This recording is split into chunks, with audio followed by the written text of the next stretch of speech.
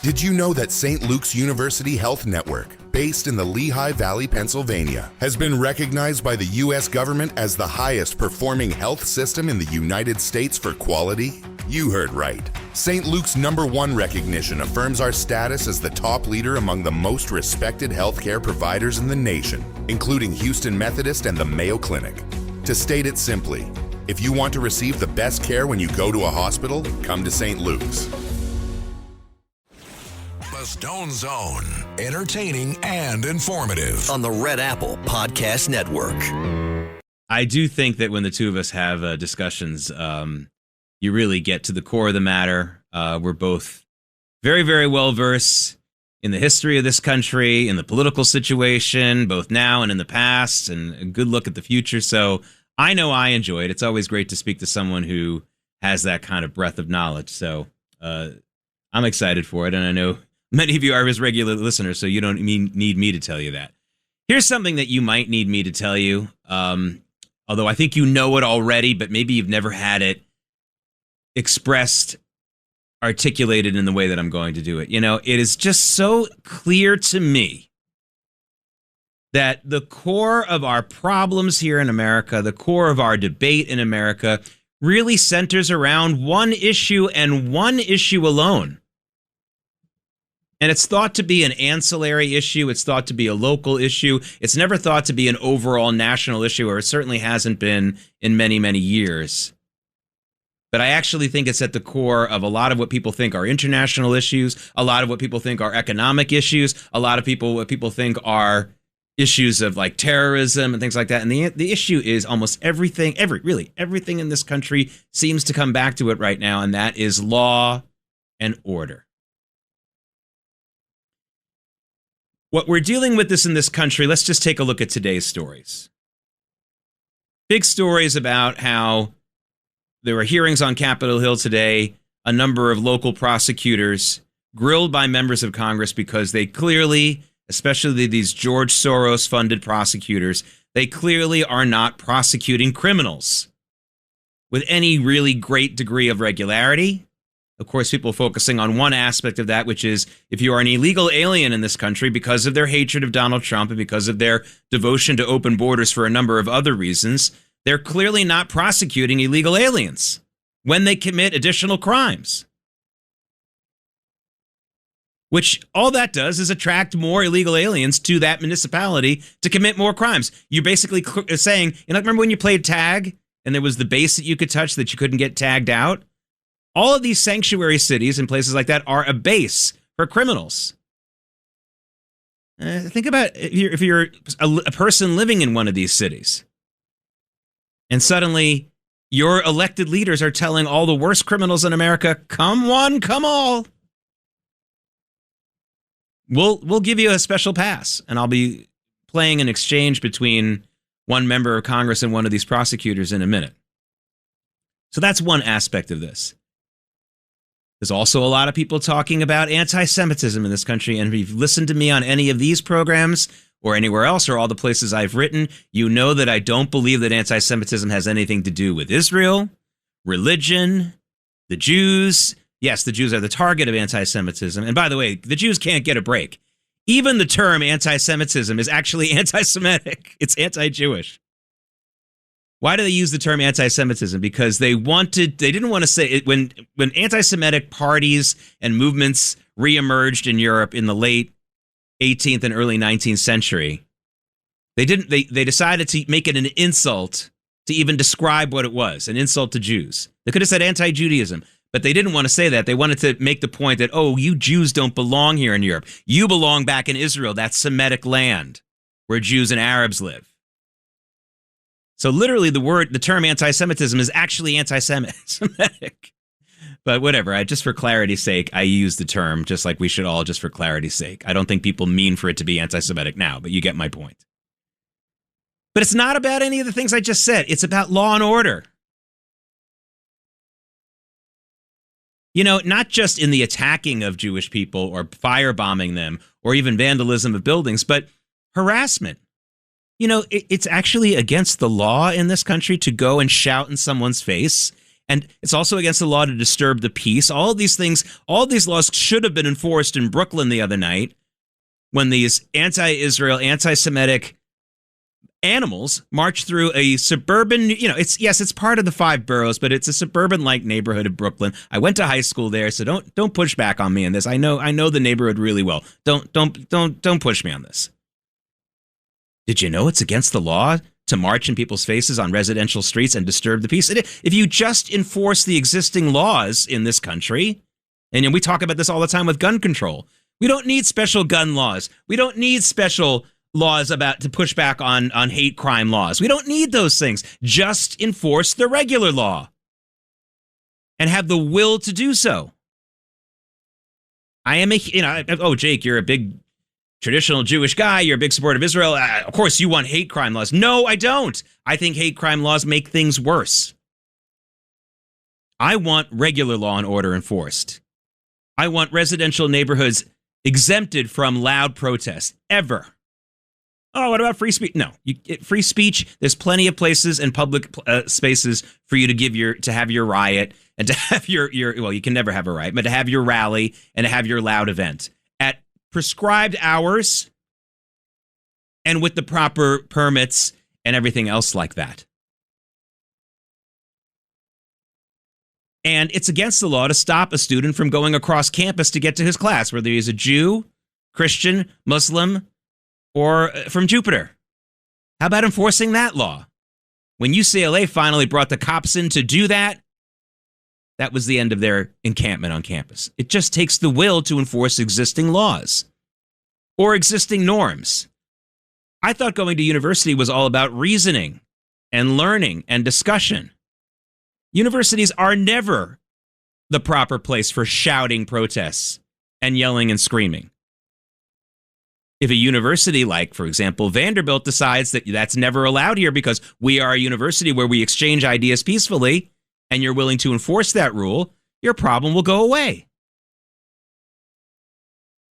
And we can discuss the many reasons why so many other schools, including my horrific alma mater, Columbia University, my undergrad alma mater, doesn't enforce those rules. It has a lot to do with the fact that the tenured faculty are also radicals, and you can't fire them. And most university presidents don't have the juice to stand up to these people. But there are laws on the books, and there are rules on the books, especially for private institutions. It just takes the will to enforce them. The core of America is law and order. Law and order is necessary if you're going to have an economy. If I'm going to try to open a business and everyone's allowed to rob from me and steal from me, or I want to be a consumer of that business and that business can rob and steal from me, it's not going to be good for business. The long-held belief that we all grow up believing that a big part of crime is because there's poor people out there and they need to steal to get bread, the Les Miserables. No, it's the other way around. Crime causes poverty. You show me any criminal, any poor person, any poor neighborhood, and I will tell you the crime that led to that poverty. And that's the way it works. Law and order is the greatest anti-poverty program there ever is, because law and order is necessary for capitalism, and capitalism is the economic construct which has brought more people out of poverty, fed more people than any other. And no, it's not perfect, but good luck with anything else. Call me when there's a society that isn't capitalist that ends up more wealthy from top to bottom than anything else. This is about law and order, but it goes on and on. I got more examples for you. We have members of Congress. Forget about just the prosecutors out there. We have members of Congress who are breaking the law and making things worse for us as a country, colluding with foreign countries, undermining the president's agenda, rooting for Iran and going to foreign countries and talking down our policies and meeting with our enemies. That's against the law. We have a law against that. It's called the Logan Act. Enforce the law and you don't have these problems. This isn't a joke. And we could all see it coming. It's unfortunately not just people like me who love this country and want to see it succeed who know this. It's our enemies who know this. They know that at the very base level, if you create societies starting from the ground up, starting from cities and then moving to states and then moving to the nation, if you create a loose policy for law and order, a loose policy on punishing crime and enforcing the law, you will destroy this country. And not just because street crime will rise, or maybe it won't, maybe there'll be other crimes that rise, but just because if you create a nation where the law is not enforced, and it's clear to everyone that the law is not enforced and not enforced equally, the nation will crumble. And you know who understood this? And it was eerie when he finally acted on it. But one of the men who understood that better than anyone else, and still does, is George Soros. You know, whatever it was 7, 8, 9 years ago, when the story started coming out that he was raising massive amounts of money for district attorney races at both the state and city level, I was scratching my head. I thought, who in American history has ever raised so much money for these low-level elections? I know that I'm not saying being a DA is not important, but it's not a governorship. It's not a senator's race. It certainly isn't a presidential election. What's going on here? It should have been so clear to me. I should have realized it. This was a seed that he was planting to destroy the country in general. You start there. You start with your cities and move to the states, and you have people who are lax on crime, who talk about cashless bail, which hit us here in New York in 2019, so around that time. Then you start talking about how you want to empty the prisons. It has a much bigger effect than you might think. And it is a huge, huge way to undermine the country without ever having to talk about tax policy or guns or China or any of these other big picture things. You can undermine this country very simply by creating a system, a series of district attorneys in major cities who will no longer enforce the law equally or effectively, and that begins the domino effect. Or maybe a better metaphor is the thread that you can pull and eventually the whole garment falls apart. And law and order doesn't have to be harsh. I'm not talking about martial law. I'm not talking about the world of Demolition Man or Judge Dredd. I'm talking about just equitable law and order. It doesn't have to have a mean face to it. But you want to live in a society where everybody knows if they catch you committing a crime of any kind, you will be punished, regardless of your skin color, regardless of your religion, regardless of whom you attacked. And right now in America, we really don't have that. Illegal aliens in sanctuary cities know that they're not going to be punished. In some parts of this country, African Americans know that especially if they attack a white person, they will not be punished as much as a white person attacking a black person. You do that other way now. And for many years, we saw it the other way around. In the South, for generations, white people attacking black people knew they wouldn't be punished, at least not for real. And what did that lead to? It led to more of those crimes, and it also led, because crime causes poverty, to abject poverty in the South that went well beyond their natural resources and things like that. That it just created a backwoods region of the country for decades. And we certainly live in a country now where if you're not on the right political side of your local leaders, you can expect much more harassment. And that's the way things work. All right, when I come back, I'm going to play a soundbite from a president. He wasn't president yet when he made this speech, who understood this and started the ball rolling for a golden age we had in America where crime was really, really snuffed out almost completely. He started the process. I wonder if you can guess who I'm talking about. I'm Jake Novak, here in for Roger Stone in the Stone Zone. Stay with us. The Stone Zone, entertaining and informative. On the Red Apple Podcast Network. And I'm Jake Novak filling in for Roger Stone. We're expecting Roger to join us at the bottom of the hour again by phone, as he did last night, so that will be exciting. But I've been talking about how law and order is at the core of our problems in this country. Disrespect for it, disregard for it, and a deliberate attack against it have led to so many of our other problems. So many of the other divisions in this country. If we would just enforce justful, justifiable law and order in this country, I should say, it would solve a lot of our other problems. And yet, the people who don't want law and order very often pull out the argument that law and order is just code word for racism.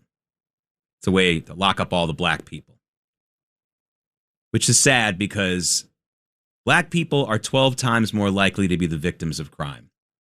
And someone who understood that as more than just a campaign slogan and started a process in this country towards almost eradicating major crime was Richard Nixon. Here he is giving his acceptance speech at the 1968 Republican National Convention, an election he would eventually win, discussing why law and order was so important. Listen.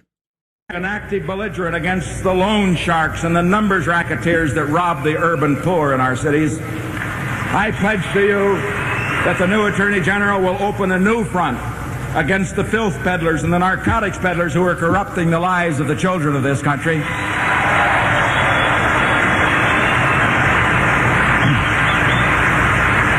Because, my friends, let this message come through clear from what I say tonight.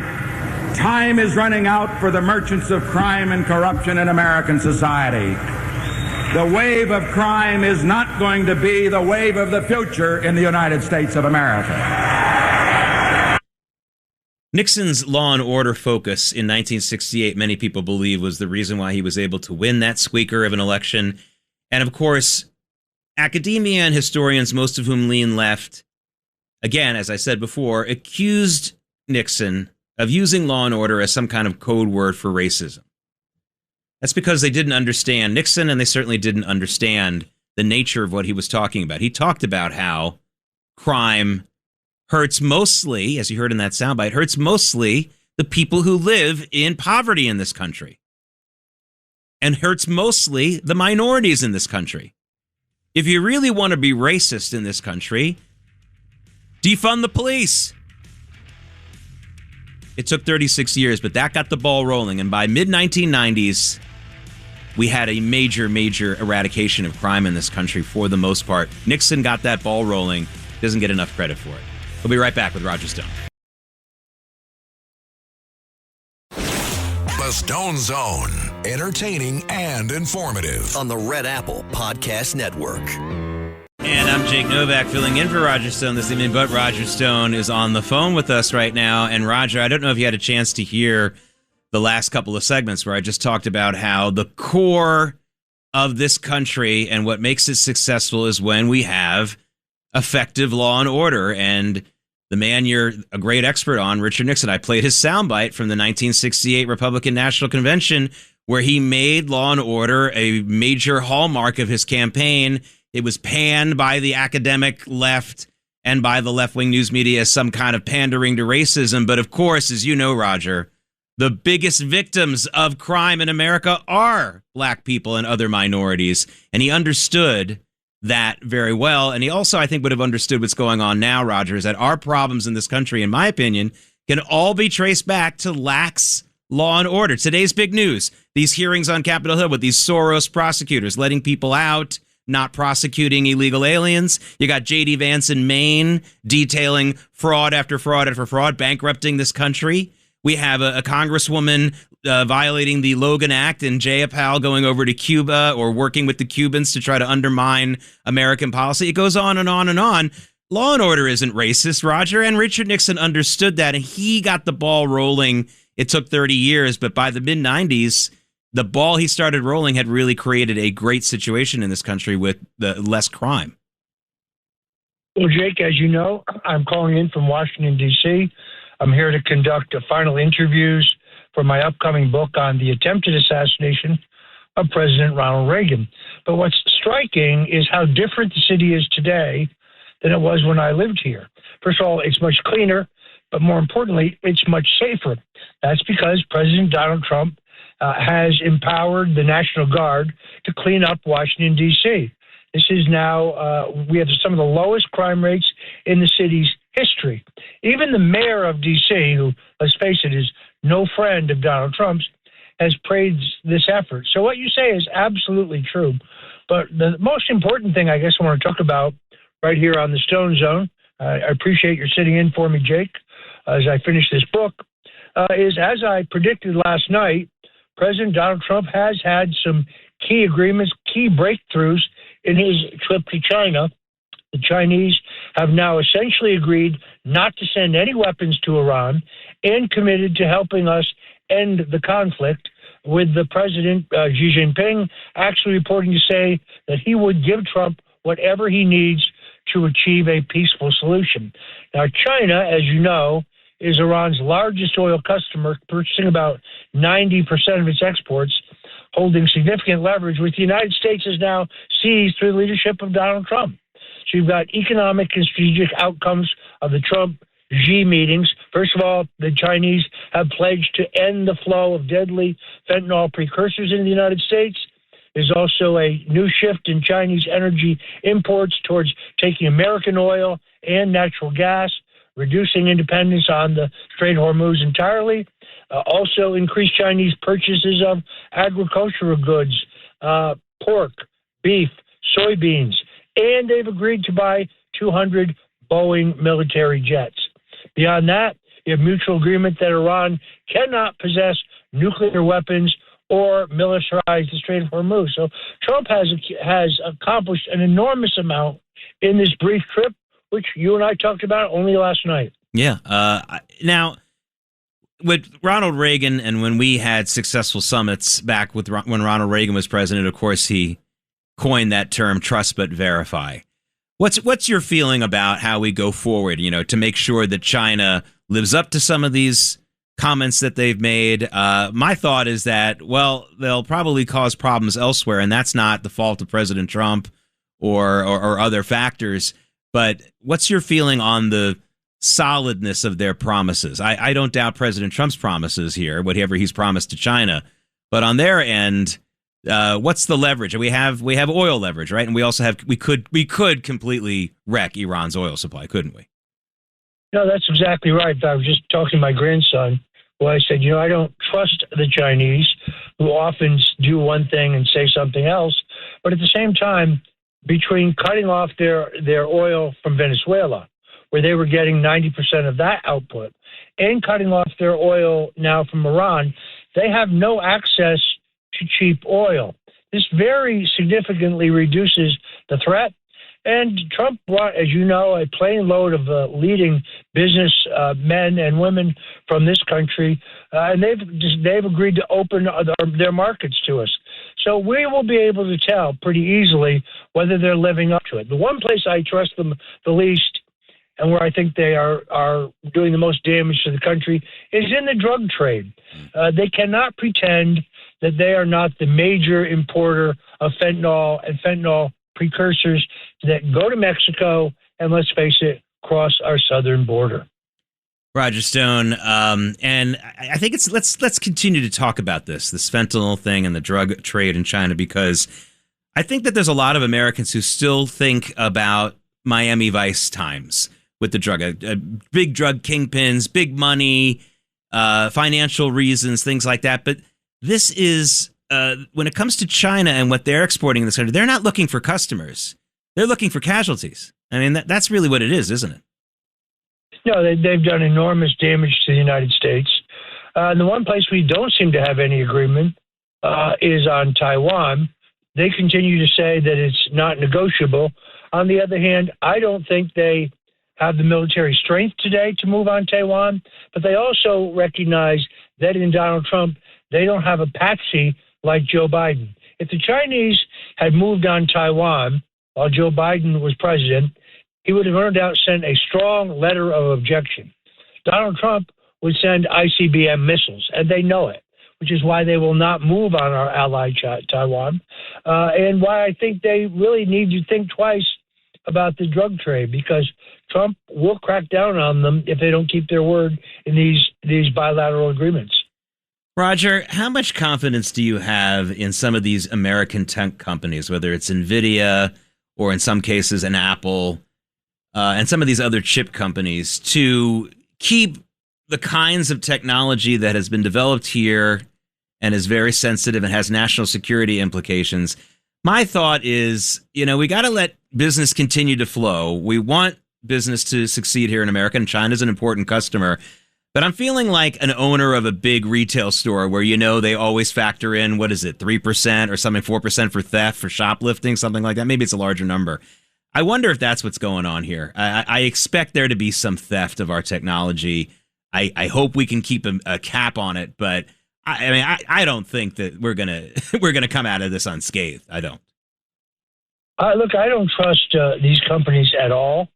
It's very nice to be back on X, formerly known as Twitter, where I'm Roger J. Stone Jr., Roger J. Stone Jr. But to this day, the Meta company will not let me back on Facebook or Instagram. I continue to be censored on YouTube, for example. So, things are not really better. Censorship in America continues to be a huge problem. And even when you're not censored, candidly, they shadow ban you. They use algorithms to limit your reach. I don't trust any of these companies.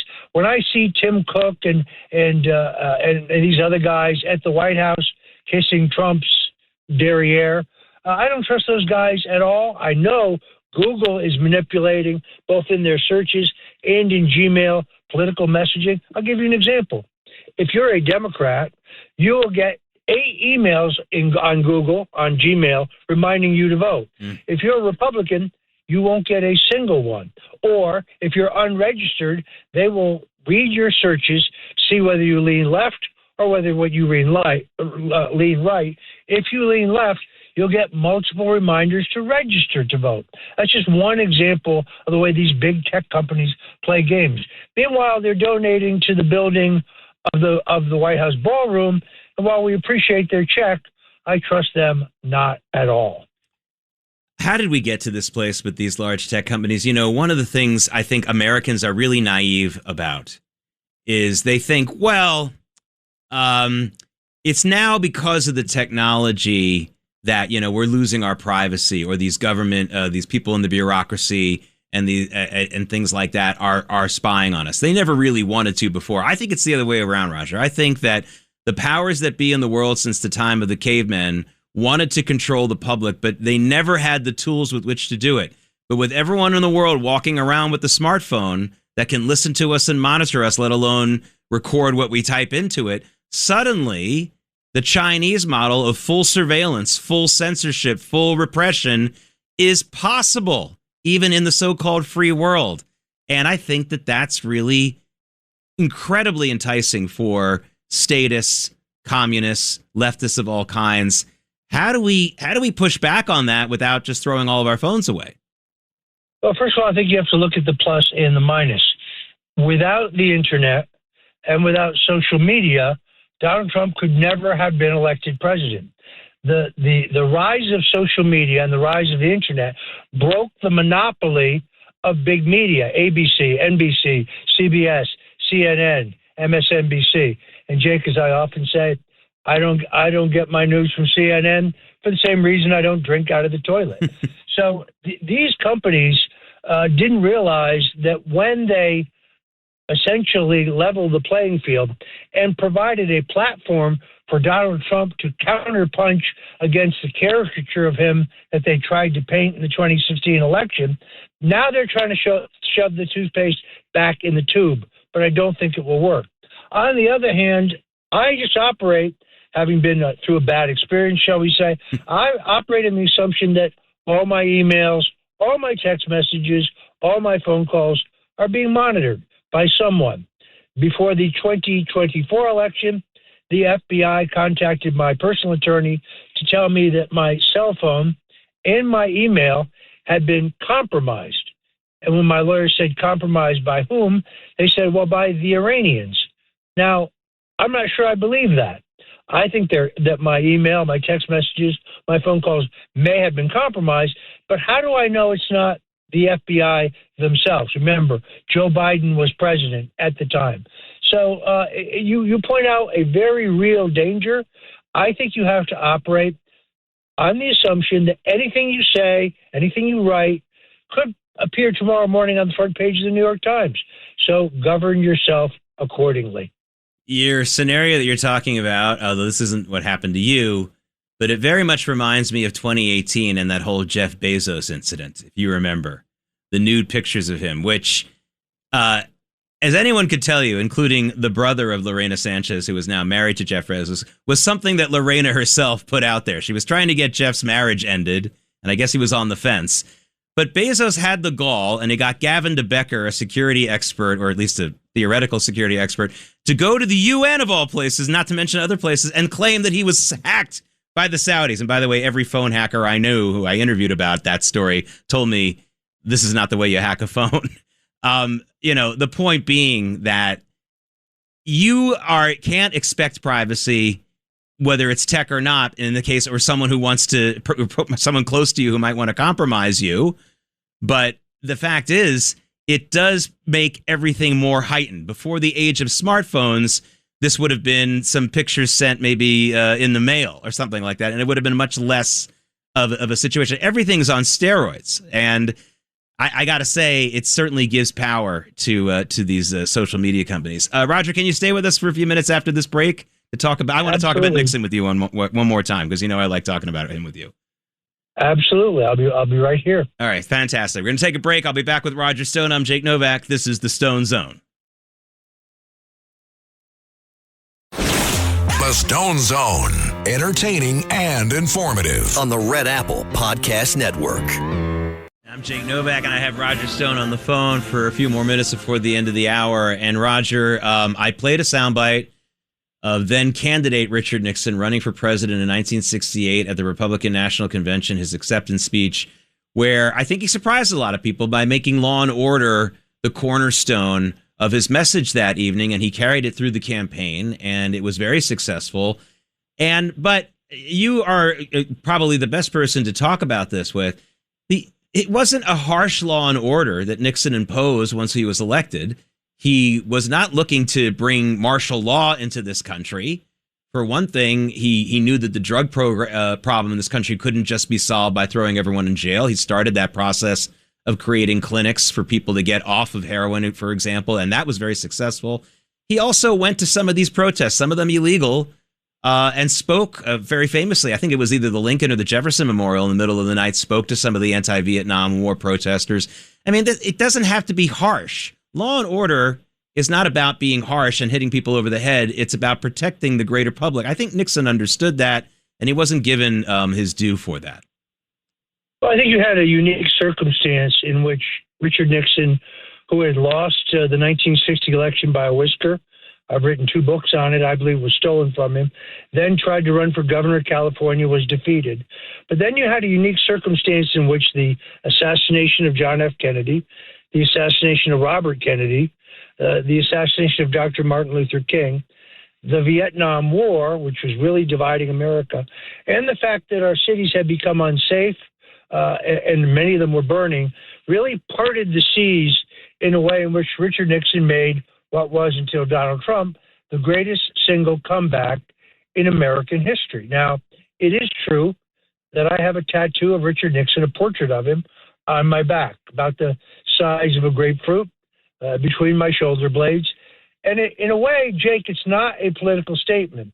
What it is a daily reminder that in life, when things don't go your way, when you're defeated, when you get knocked down, when you reach for something and you fall short, that's the time to get up off the canvas, dust yourself off, and get back in the fight. See, the story of Nixon is a story of resilience. It's a story of persistence. It's a story of indestructibility, and it's a purely American story. That's why 4 American presidents were there at Nixon's funeral to pay homage to him, and why he made his greatest comeback at the end of his life as an advisor to President Bill Clinton, telling him how to handle the Chinese and the Russians. So I think you're absolutely right about the fact that he recognized earlier than most that America had a crime crisis. But as you point out, he's also the president who desegregated the public schools. He's also the president who appointed more African Americans to federal office than Lyndon Johnson and John F. Kennedy combined. He is also the president who quadrupled the financing for civil rights law enforcement. He's also the president who tripled the spending on black colleges. He's also the president who gave us affirmative action, which many of my conservative friends are not very happy about, but still remains part of his overall civil rights record. So when they talk about the Southern strategy, what exactly are they talking about? The fact that he did more for civil rights than any president since Abraham Lincoln? Yeah, it makes the point. It's one of the things that really bothers me, this continued belief in red states and blue states. You have to be a candidate like Nixon and accept the fact that, or go after the fact that there's no such thing. You have to campaign. He was mimicked he was mocked in 1960 for visiting every one of the 50 states. Everyone, that's a waste of your time. No, it's not. Not if you really believe you have a message for this entire country. I would really like to see that happen again in this country. Somebody do that. And in 1968, maybe he didn't visit all 50 states like he did in 1960, but he did make it clear that he wasn't giving up on any states. And his election flipped that script in the South. All of a sudden now, there were Democrats in the South then who had to run on something other than being pro-segregation. It changed things overnight. And I think Donald Trump's done that too. And that's why there's been so much resistance against him by some of these Republicans. We got a minute left, Roger. I think you're absolutely right. What people don't realize is many people say that had Robert Kennedy lived and Nixon had a face-off with him, Nixon would have lost. Actually, that's not true. John F. Kennedy carried every deep southern state. Robert Kennedy could not have carried Georgia, Mississippi, Louisiana, and so on. So it was an extraordinary breakthrough, and it was a massive political realignment. The coalition that elected Nixon in 1972, elected Reagan in 1980, is the same coalition that elected Donald Trump in 2016. Jake, thanks for having me. It's been great to be in the Stone Zone. Thank you for joining us. See you tomorrow. Thanks for listening to The Stone Zone with Roger Stone.